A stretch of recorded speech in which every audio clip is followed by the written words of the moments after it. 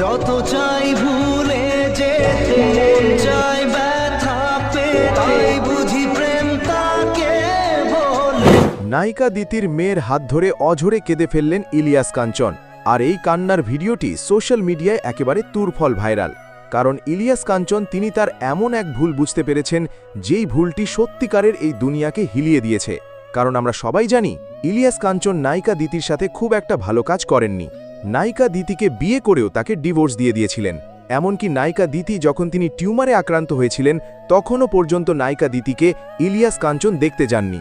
এমনকি যখন নায়িকা দিতি পুরো মৃত্যুর মুখে মৃত্যুর সাথে লড়াই করছিলেন এবং মৃত্যুবরণ করেছিলেন, তার লাশটাকেও পর্যন্ত দেখতে যাননি ইলিয়াস কাঞ্চন। বন্ধুরা, এখন ইলিয়াস কাঞ্চন তিনি তার ভুলটা বুঝতে পেরেছেন।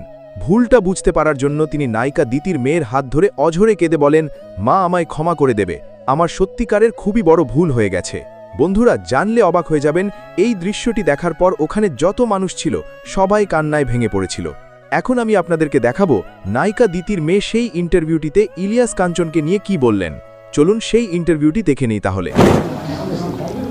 আমি লামিয়া চৌধুরী। আমার বাবা মা দিতি, নায়িকা দিতি ছিলেন, সোহেল চৌধুরী, নায়ক সোহেল চৌধুরী ছিলেন, দুজনেই মারা গেছেন। সবাই আপনারা আমার বাবা মাকে চিনেন। আমি অনেক ছোট থাকতে আমার বাবা মারা গেছে, আর আমার মা মারা গিয়েছে 9 বছর 10 বছরে পড়বে। আমার বাবা মা মারা যাবার পর থেকে আমার একটা ভাই, শুধু আমার একটা ভাই, সেই ভাই আমার সাথে নাই এখানে। আমার ভাই বিদেশে থাকে।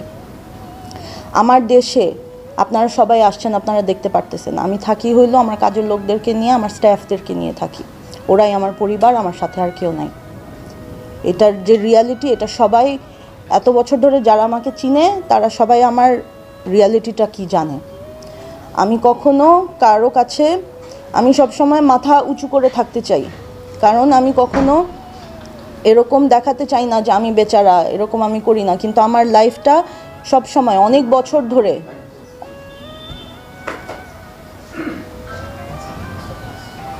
আমি কি আবার শুরু করব?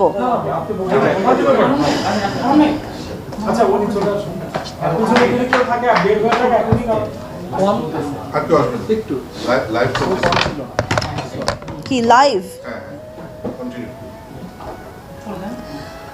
আমার বাবার সাইডে, মায়ের সাইডে ওনারা যথেষ্ট অনেক কাজ করে, অনেক যা পেরেছে টাকা কামাইছে, জমি জমা করেছে। আমার বাবার সাইডে, আমার বাবার ফ্যামিলি অনেক। আমার এমনিতে আমার অ্যাংজাইটি হচ্ছে ভাইয়া, আমি একটু আমার মাথা একটু গুছায় কথা বলতে আমি চেষ্টা করতেছি। আমার খুব ট্রমেটিক একটা দিন গেছে, আপনার একটু আমার সাথে পেশেন্ট হন আমার সাথে।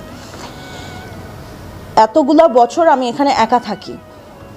আমার বাবার সাইডের জায়গা জমি, আমার মায়ের সাইডের জায়গা জমি আমি সব একা দেখি। সবাই জানে যে আমার বাবা নাই, আমার সাথে আমার কোনো ভাই নাই, আমার হাজব্যান্ড নাই, আমি আনম্যারিড। এবং এটা জেনে বিভিন্ন মানুষ এত বছর ধরে, যখন যে পলিটিক্যাল পাওয়ারে থাকে তখন সে আমার উপর চড়াও করে, বিকজ আমি তো কোনো পলিটিক্সে নাই। আমি জাস্ট এখানে, আমি আমার বাবা মা যা আমাকে স্মৃতি দিয়ে গেছে সেটা নিয়ে আমি জাস্ট একটা সুন্দরভাবে আমি বাঁচার চেষ্টা করি। কিন্তু সবাই যেহেতু জানে যে আমার সাথে কেউ নাই, আমার ভালনারেবিলিটিটাকে তারা ইউজ করে বারে বারে, গত লাস্ট আমি এটা নিয়ে আমি কোনো দিনও মুখ খুলি নাই কখনো। আমার এত বছরে বাবা মা জায়গা জমি অনেক কিছু রেখে দিয়ে গেছে, ভোগ করতে পারি না কিছু। আমি এই বাসাটাতে থাকি, এই বাসাটাই আমার পাওয়ারে আছে। এর বাইরে আমার কোনো জায়গা থেকে, কোনো বিল্ডিং থেকে, মানে আমি যেটা আমার পাওয়ার কথা এগুলো আমরা কিছু পাই না। আর এটা আমি ফাইটও দিতে পারি না, কারণ আমি একা মেয়ে, আমি এগুলো তো শিখিও না। আমার বাবা মা আমাকে অন্যভাবে বড় করেছে, আমাদেরকে যেভাবে করে বড় করেছে, আমি তো গুন্ডামি শিখি নাই। আমি তো কোনো রকমের নাটক, ব্লাফ, চিটারি, ব্রাইবিং এগুলো তো আমি শিখি নাই, এগুলো আমি পারি না, আমি হিমশিম খাই। আমি নিজের মতো, আমি সিম্পলভাবে আমি আমার বাসায় থাকি, আমি কারোর সাথে মিশি না, আমি কোথাও যাই না। সবাই জানে এটা আমার ব্যাপারে, আমার লাইফ কীরকম। বিভিন্ন মানুষ অনেক বছর ধরে আমার পিছে সব দিক থেকে লাগে। আমার যারা কাছের মানুষ, তারা জানে যে আমি কত আতঙ্কের মধ্যে আমি থাকি। আমি রাতে ঘুমাই না, দিনের পর দিন আমার রাতে ঘুম হয় না। আমি মানসিকভাবে অনেক স্ট্রেসের মধ্যে থাকি। আমাকে বুদ্ধি দেওয়ার আমার লাইফে আমার একটা মুরব্বি নাই, আমার বাবা মা নাই, এবং ট্রাস্ট করার মতো একটা মানুষ আমার সাথে নাই। নিজের বুদ্ধিতে আমি যা পারি করি, নিজের বুদ্ধিতে এত বছর পর্যন্ত আমি আমার কোনোভাবে যা পারি আমি ধরে রেখেছি। অনেক কিছু আমি ধরে রাখতে পারি নাই, অনেক কিছু আমার হাত থেকে ওরা নিয়ে গেছে। আজকে আমি গেছি সোনারগাঁয়ে, আমার মা সোনারগাঁয়ের মেয়ে, সবাই আপনারা জানেন। আমার মা, আমার নানি, আমার মায়ের দাদি, সবাই আমরা সোনারগাঁয়ে অনেক বছর ধরে জেনারেশনালভাবে আমাদের জায়গা আমাদের। আমার বড় মায়ের জায়গা ছিল, আমার বড় মায়ের জায়গা সে সব আমার নানিকে দিয়েছে, আমার নানাকে দিয়েছে, এবং সেই জায়গা আমার নানা নানির ঘরে আমার মা সহ আরও 4 ভাই এবং আরও 2 বোন, 7 ভাই বোনকে এরকম জায়গা দিয়ে গেছে। সোনারগাঁর সবাই জানে, আমার মা সোনারগাঁয়ের মেয়ে, সোনারগাঁয়ে আমাদের বাড়ি, সবাই চিনে এক নামে। সোনারগাঁয়ে কেউ গেলে যদি জিজ্ঞেস করেন দিতির বাড়ি, সবাই সবাই চিনে দিতির বাড়ি। আমাদের বাড়ি, আমাদের বাড়িতে আজকে অন্য মানুষরা কারা গিয়ে আমাকে মেরে আমার পা ভেঙে ফেলছে, আমার গাড়ি ভেঙে ফেলছে, আমাদের গায়ে বড় বড় ইট। আমি গুছায় বলি, আমি আজকে শনিবার আমি বাসায় গেছি। আমি যেহেতু আমার বাসায় এখানে আমার সাথে আমার পরিবারের কেউ নাই, আমি সপ্তাহে একটা দিন আমি আমার পরিবারের সাথে স্পেন্ড করতে চাই, আমি আমার গ্রামে যাই। আমি আমার গ্রামের, আমার ফ্যামিলি খুবই সিম্পল, খুবই নিরীহ মানুষ। কেউ আমাদের লাইফে কেউ কোনো পলিটিক্সে নাই। যদি পলিটিক্সে থাকতো বা হয়তো যদি এরকম কিছুতে থাকতো তাহলে সবাই অনেক বড় বড় জায়গায় পজিশনে থাকতো। আমার ফ্যামিলি গিয়ে দেখেন খুবই বাজে অবস্থায় থাকে, খুবই সিম্পল লাইফ ওদের। ওদের বাবা মারা, আমার মাও কিছু ওদেরকে এমন কিছু করে দেয় নাই। ওরা জাস্ট ওদের ফ্যামিলি, ওরা যেটা পৈতৃক সম্পত্তি পেয়েছে সেটাতেই ওরা একদম সিম্পল নর্মাল লাইফ লিড করে। এটা যেই সোনারগাঁয়ে যাবে জানে এদের মধ্যে কোনো শোষা নাই, কোনো করাপশন নাই। আমার ফ্যামিলি এরকম মানুষ না। আমার মাকে আপনারা সবাই চিনেন, আমার মাকে অনেক বছর ধরে সবাই চিনেন। আমার মায়ের ক্যারেক্টার কীরকম ছিল, আমার ফ্যামিলি এরকম, আমাদেরকে এরকম করে বড় করছে। আমরা এগুলা করতে পারি না, আমরা গুন্ডামি করতে পারি না, মিথ্যা এগুলা মানুষকে এগুলা আমরা করতে পারি না। এবং সেই কারণে আজকে আমার এই অবস্থা, সেই কারণে আমি আজকে এভাবে করে আমার সাথে কেউ নাই, আমার জায়গা জমি তারা এসে দখল করছে। আজকে আমি সোনারগাঁয়ে গিয়েছি, আমি আমার কাজিনদের সাথে এভরি উইকেন্ডে আমি আমার কাজিনদের সাথে টাইম স্পেন্ড করতে যাই। আজকে আমি গেলাম, প্রথমে আমার তো বিভিন্ন দিক দিয়ে আমি তো সবসময় টেনশনে থাকি যে আমি একা একা এখানে আছি, আমার এই যে ফ্ল্যাট দখল হয়ে যাচ্ছে, আমার ওখানে বিল্ডিং দখল হয়ে যাচ্ছে, ভাড়া কেউ আমাকে দেয় না, আমি একা কিভাবে পারবো, আমি পারি না। আমি অনেক স্ট্রেসের মধ্যে থাকি, কাউকে বলি না, কাউকে জানাই না। আমি আমার সোশ্যাল মিডিয়াতে সবাই অনেকে দেখে যে আমি খালি বোকা বোকা মানুষের মতো পোস্ট দিই। হ্যাঁ, don't talk please, don't interrupt me. আমি কেক বানাই, আমি কুকুর, আমার বিড়াল, গাছপালা নিয়ে বসে থাকি। আসল কথা হলো আমি খুব আনসেফ ফিল করি। আমি যে একা, আমি যদি নাই হয়ে যাই, আমাকে যদি কেউ মেরে ফেলে, এটা প্রশ্ন করার কেউ নাই। আমি চাই যে মানুষ জানুক যে আমি ছিলাম, একটা মেয়ে ছিল যে এরকম পোস্ট করতো। এই কারণে আমি এত বছর ধরে জাস্ট একটা পোস্ট দিয়ে রাখি যে মানুষজন জানুক, আমার ব্যাপারে জানুক, কারণ আমার খোঁজ নেওয়ার এরকম ডেইলি বেসিসে কেউ নাই। আমি যদি মরে পড়ে থাকি আমাকে কেউ খোঁজ নেওয়ার কেউ নাই আমার। এখন এই ফ্যামিলি আছে আমার গ্রামে থাকে, ওই গ্রামের ফ্যামিলির সাথে আমি এখন ট্রাই করি এভরি উইকেন্ডে আমি তাদের সাথে আমি টাইম স্পেন্ড করার চেষ্টা করি। আমার সোশ্যাল মিডিয়াতে দেখবেন আমি প্রতি উইকেন্ডে আমি আমার ভাই বোনদেরকে নিয়ে একটু কিছু খাই, বা গ্রামে গিয়ে আমরা গ্রামে কিছু আমাদের গ্রামে বাগান টাগানে আমরা সবাই মিলে জাস্ট একটু একসাথে আমরা পরিবার মিলে আমরা এটা একটা রিচুয়াল। সেরকমই আমি আজকে স্যাটারডেতে আজকে আমি গ্রামে গেলাম। যাবার পর দেখি আমাদের বাড়িতে 30-40 জন মানুষ, এলাকার যারা এলাকার নেতা এবং পাওয়ারফুল মানুষজন 30-40 জনের মতন হায়ার করা, মানে গুন্ডা টাইপের মানুষদেরকে নিয়ে আসছে। তাদের হাতের মধ্যে ব্লেড লাগানো, এই যে এগুলার মধ্যে ব্লেড লাগানো, বড় বড় ইট নিয়ে আসছে। এসে তারা আমাদের জায়গায় খুঁটি বসাচ্ছে, বিভিন্ন দিক দিয়ে খুঁটি বসাচ্ছে এবং লোক নিয়ে আসছে, আমিন নিয়ে আসছে জায়গা মাপার জন্য। কেন? আমার মায়ের 4 ভাই, 4 ভাইয়ের জন্য পুরা সম্পত্তি 4 ভাগে ভাগ হবে। সিম্পল হিসাব, ফেয়ার, এভরিবডি ইজ ফেয়ার।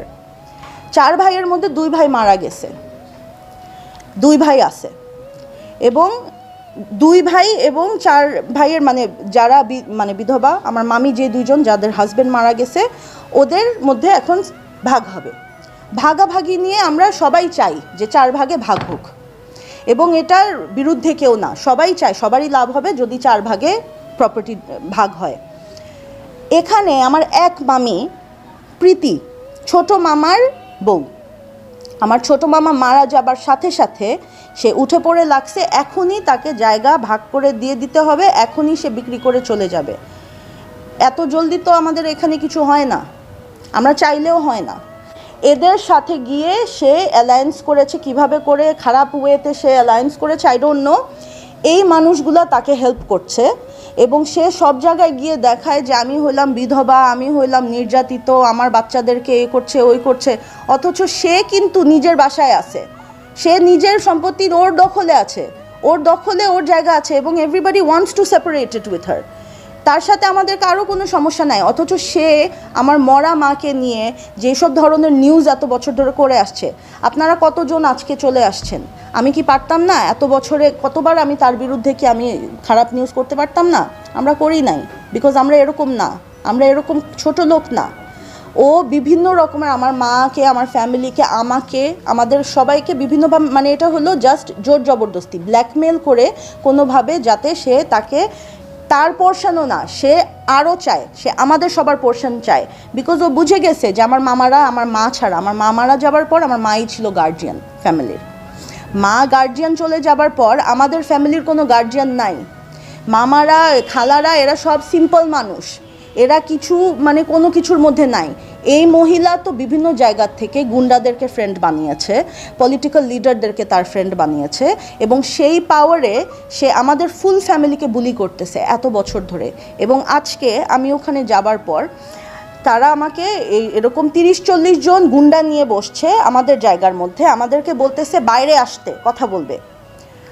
আমার মাথা ব্যথা এমনিতে, আমি অ্যাংজাইটি নিয়ে, আমি সকাল থেকে এমনিতে আমার শরীর খারাপ, আমি ঘরের থেকে বলতেছি যে আমরা মেয়েরা, আমরা শুধু মেয়েরা, আমাদের মধ্যে ছেলে এরকম বড় পাওয়ারফুল আমাদের মধ্যে কেউ নাই। আমার মামিরা আর আমার কাজিনরা আর আমি হইলাম স্পোক্স পারসন এখানে। এখন আমি কিভাবে, আমার তো কোনো দিন এরকম ফেস করি নাই, গুন্ডাদের সাথে আমি গিয়ে কিভাবে এরকম 30-40 জন মানুষ এরকম আমাদেরকে ডাক দিতেছে কথা বলার জন্য। আমি তখন বলছি যে মুরব্বি যারা আপনারা আছেন, মামা করে বলছি, হ্যাঁ, যে মুরব্বি আপনারা যারা আছেন আপনারা ঘরে আসেন, আমরা তো মেয়েরা, আমরা মেয়েরা এরকম বাইরে এরকম ভিড়ের মধ্যে ওখানে আমরা কথা বলতে পারবো না, আপনারা প্লিজ ঘরে আসেন, আমরা বসে শান্তভাবে আমরা ডিসকাস করি, মুরব্বি কয়েকজন যারা পারেন আপনারা আসেন। তারা আসবে না, আমাদের যেতে হবে।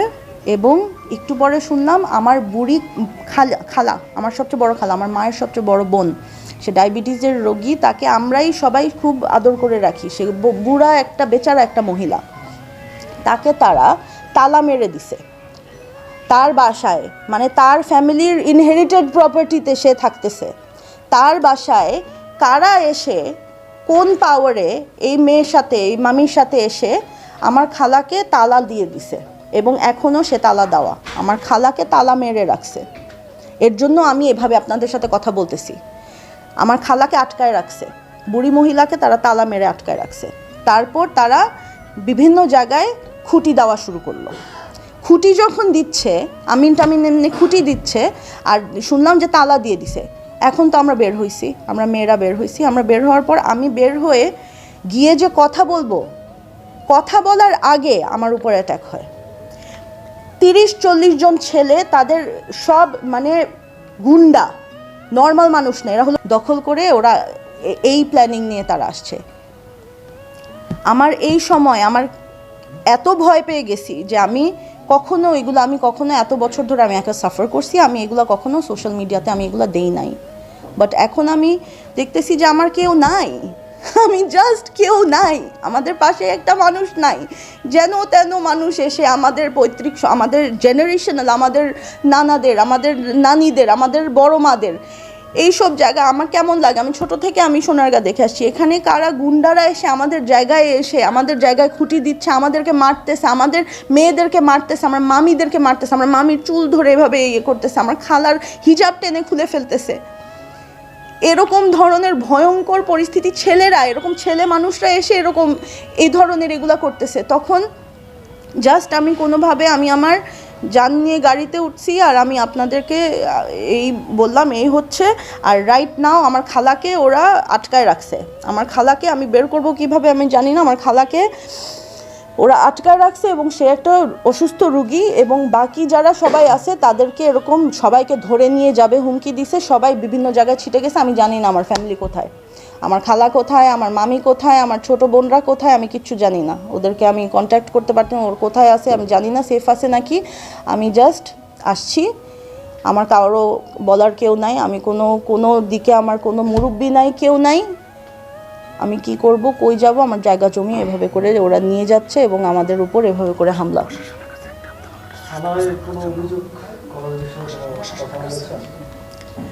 আমার অভিযোগ, আমি তো আসছি এখানে আগে, আমি জাস্ট আমার ড্রাইভারকে নিয়ে একা চলে আসছি, আমার সাথে কেউ আসে নাই। এখন প্রশাসনিক যারা লিডার্স তারাই এটা করছে, কোন দল আই ডোন্ট নো। হ্যাঁ হ্যাঁ আমি তো জানি না সেটা, হ্যাঁ আমি তো তাদের আমি শুধু জানি তার ওনার নাম একজন আসছে হলো, ওনার নাম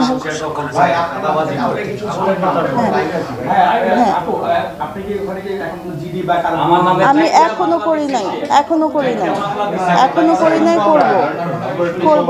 করি নাই করব। অভিযোগ করলে কার নামে করবেন, যেহেতু আপনার মামির নামে একজন? ডেফিনেটলি মামির নামে। সে আমাদের উপর ডিরেক্ট ভায়োলেন্ট অ্যাটাক করেছে, হ্যাঁ প্রীতি, ও ভিডিওতে আছে, ও বড় বড় ইট, একটা মেয়ে এরকম কেমনে হয় আই ডোন্ট নো, কিভাবে করে এরকম শয়তান একটা মেয়ের কথা শুনে এতগুলো লোকও আসতেছে, এই যে সব জায়গায় গিয়ে অভিনয় করে, হ্যাঁ যে আমি হলাম বিধবা, আমার বাচ্চা, ওর বাচ্চাকে আমাদের কাছে ভিডিও আছে, ওর বাচ্চাটাকে, প্রতিবন্ধী বাচ্চাটাকে ও কাপড় চোপড় ছাড়া বেঁধে ঘরের মধ্যে একলা রেখে চলে যায় সারাদিন, আর আমরাও তা যাইতে পারি না, কারণ আমাদেরকে যেভাবে খারাপও ইয়ে করে রাখছে। আমরা ওর কাছে যে বাচ্চাটাকে আমি কতবার, আমার তো ভাই, আমার ভাই, আমাদের ফ্যামিলির মধ্যে কিন্তু অনেক মিল, আমি আমার ভাইয়ের জন্য যদি কখনো চকলেট, মিষ্টি, কেক আমি নিজের বানানো যদি পাঠাই, রাস্তায় ফেলে দেয়, বলে যে কুকুরও খাবে না, বিষ মিলায় পাঠাইছে আমার বাচ্চাকে মারার জন্য। সে এরকম, আচ্ছা এক সেকেন্ড, এই যে এইটা হলো এই লোক, এবং পিছে দাঁড়ানো যে এটাই হলো আমার মামি, ঠিক আছে? ওনাদের খুবই খারাপ, আমার গায়ের উপর উঠে এসে আমাকে অ্যাটাক করছে পাশে থেকে। আজকের জি আজকের, হ্যাঁ পিছনে দাঁড়ানো, ওনার পিছে দাঁড়ানো, এটাই মামি, এরাই হলো মেয়ে। ওকে তো আমরা এরকম কোনোদিন ওর জায়গা থেকে সরাই নাই, ওর জায়গায় এতদিন নিজের মতো থেকেছে, ওর বাসায় থেকেছে, ও আমাদের সবাইকে বের করে দিচ্ছে, আমাদের জায়গা এখন তাদের হাতে, এটা আমাদের জায়গা, আমাদেরকে কে দিবে, কে ফেরত দিবে? আমার মায়ের বাড়ি, আমার নানির বাড়ি, আমার জন্মের পর থেকে আমার নানা বাড়ি, আমার নানি বাড়ি, সবাইকে আমাদেরকে। বন্ধুরা, ভিডিওটির মাধ্যমে আপনারা দেখলেন যে নায়িকা দিতির মেয়ে তিনি ইলিয়াস কাঞ্চনের ব্যাপারে যে কথাটি বললেন, সত্যিকারে সেই কথাটি একেবারে শোনার মতো। কারণ এই ইলিয়াস কাঞ্চন যখন নায়িকা দিতিকে বিবাহ করেছিলেন, তখন দিতির ছেলেমেয়েরা এবং ইলিয়াস কাঞ্চনের ছেলেমেয়েরা তারা একটা বিভেদ সৃষ্টি করেছিলেন, যার কারণে তারা স্বামী স্ত্রী দুজনে আলাদা হয়ে যায়। নায়িকা দিতির মেয়ে তিনি এমন একটা কথা বলেন যে আমার মা শেষের দিকে আমাকে চিনতে পর্যন্ত পারতো না। আর বন্ধুরা, তারা যদি একসাথে থাকতো, তারা যদি একে ভাই বোনকে মেনে নিতে পারতো, তাহলে হয়তো আজ নায়িকা দিতি এবং ইলিয়াস কাঞ্চন তারা একসাথে থাকতো এবং তারা এই রোগে আক্রান্ত নাও হতে পারতো। বন্ধুরা, আমাদের সকলের একটাই উচিত যে নায়ক ইলিয়াস কাঞ্চনের জন্য দোয়া করা, যেহেতু তিনি হচ্ছে আমাদের মুসলিম ভাই। মহান আল্লাহ রব্বুল আলমিনের কাছে আমরা দোয়া করি তাকে যেন মহান আল্লাহ তাআলা সুস্থ দান করেন এবং ভালো করে দেয়। ধন্যবাদ। ততক্ষণ ভিডিওটি ভালো লাগে লাইক করবেন, কমেন্টে জানিয়ে দিতে ভুলবেন না। ধন্যবাদ।